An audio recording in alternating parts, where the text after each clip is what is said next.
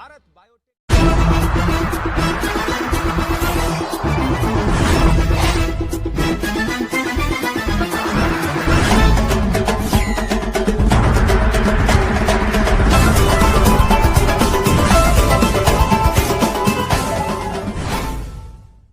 नमस्कार, मैं Ramashankar BK channel Delhi से और इस समय मौजूद हूँ नोएडा में।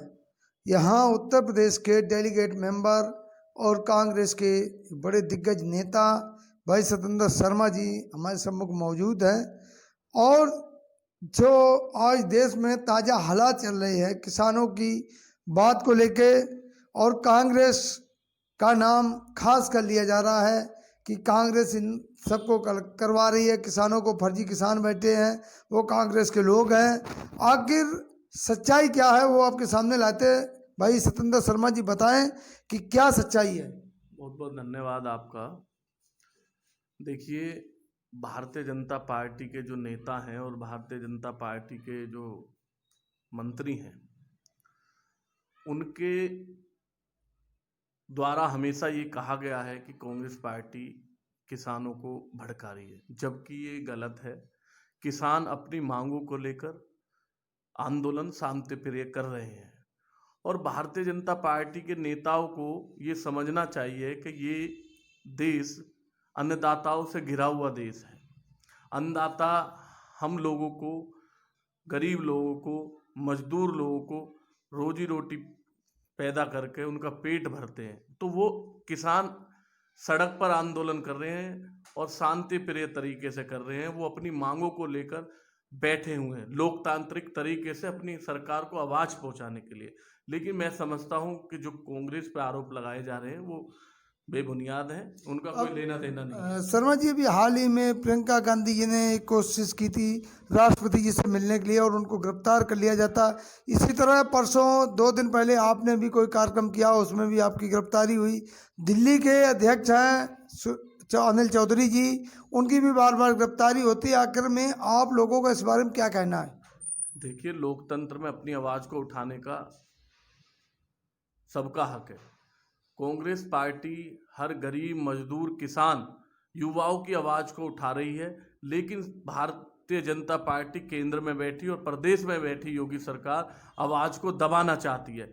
आज भी उत्तर प्रदेश के जो हमारे अध्यक्ष हैं श्री आदरणीय अजय कुमार लल्लू जी, जो लगातार गायों की हत्याएं हो रही है उत्तर प्रदेश में, उसकी यात्रा आज ललितपुर से शुरू हुई थी। उसको भी योगी सरकार के इशारे पर उनको गिरफ्तार कर लिया है। मतलब कांग्रेस के कार्यकर्ताओं को आवाज़ उठाने का पूरा सरकार दमन कर रही है। किसी की आवाज़ उठाना इस सरकार में जुल्म हो गया। इससे बढ़िया तो जो लोकतंत्र में है, गोली मार दो कार्यकर्ताओं को।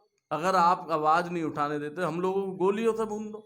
ये बेकार बुनियादी बातें योगी सरकार की। और मैं समझ सकता हूँ जो भारतीय जनता पार्टी के नेता हैं वो कहीं ना कहीं डरे हुए हैं, विपक्ष से डरे हुए हैं। चाहे वो दिल्ली में चौधरी अनिल कुमार जी हों, चाहे उत्तर प्रदेश में आदरणीय अजय कुमार लल्लू जी हों, श्रीमती प्रियंका गांधी जी हों। हम लगातार किसान, मजदूर, गरीब और जो शोषित वंचित लोगों के साथ हैं। हम सड़क से लेकर संसद तक संघर्ष करते रहेंगे। कांग्रेस का एक एक कार्यकर्ता किसानों की आवाज़ को हमेशा उठाता रहेगा और लड़ाई जारी रहेगी। कल प्रधानमंत्री जी ने 18,000 करोड़ रुपए देश के 9 करोड़ किसानों को दे दिए।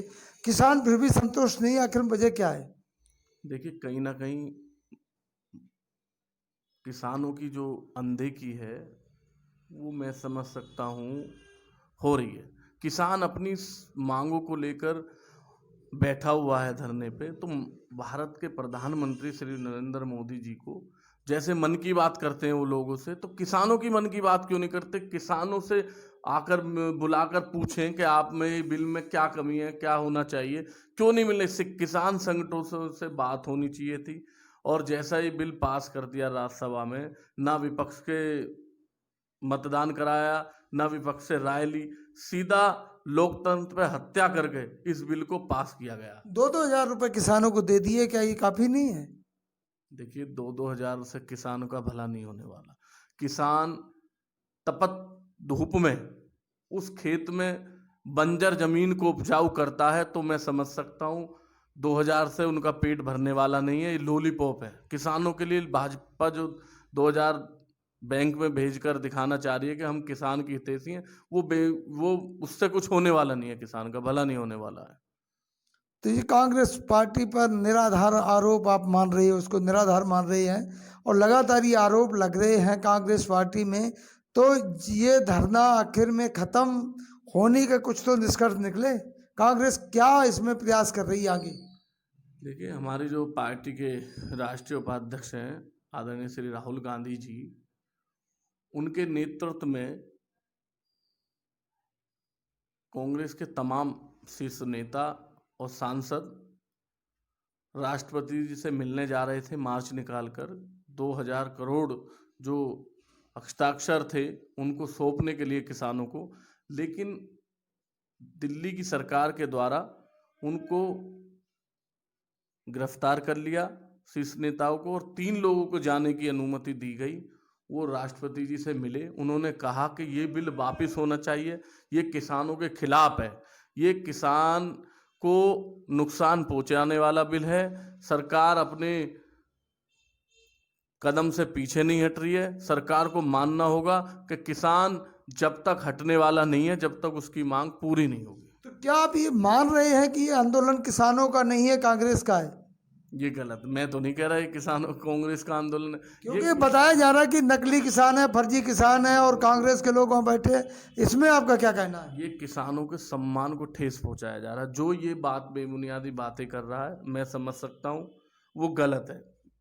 किसानों के सम्मान में कांग्रेस पार्टी मैदान में, गरीबों के सम्मान में कांग्रेस पार्टी मैदान में, लेके उत्तर प्रदेश से और लेके दिल्ली तक किसानों के साथ हैं और किसानों के साथ कांग्रेस पार्टी रही है। जब तक किसानों की मांग नहीं मानी जाएंगी, हम अपने स्तर से आंदोलन करते रहेंगे। तो यानी पूर्ण रूप से आप लोगों का, किसानों का आप लोग सहयोग करते रहेंगे? बिल्कुल, हम पूरा कांग्रेस पार्टी का एक एक कार्यकर्ता किसानों की आवाज को अपने स्तर से उठाता रहेगा। तो साथियों, ये देखा आपने भाई सत्येंद्र शर्मा जी, जो कि एक डेलीगेट मेंबर हैं उत्तर प्रदेश से, और इन्होंने बखूबी बताया और ये कहा, इन्होंने इस बात को माना कि हाँ, कांग्रेस पार्टी जो है किसानों के साथ है, आंदोलन में सहभागी है, लेकिन साथ में ये भी इन्होंने बताया कि मजदूर, किसान और गरीबों की आवाज़ को हम तब तक उठाते रहेंगे जब तक केंद्र सरकार इसको मानने के लिए तैयार नहीं है। धन्यवाद।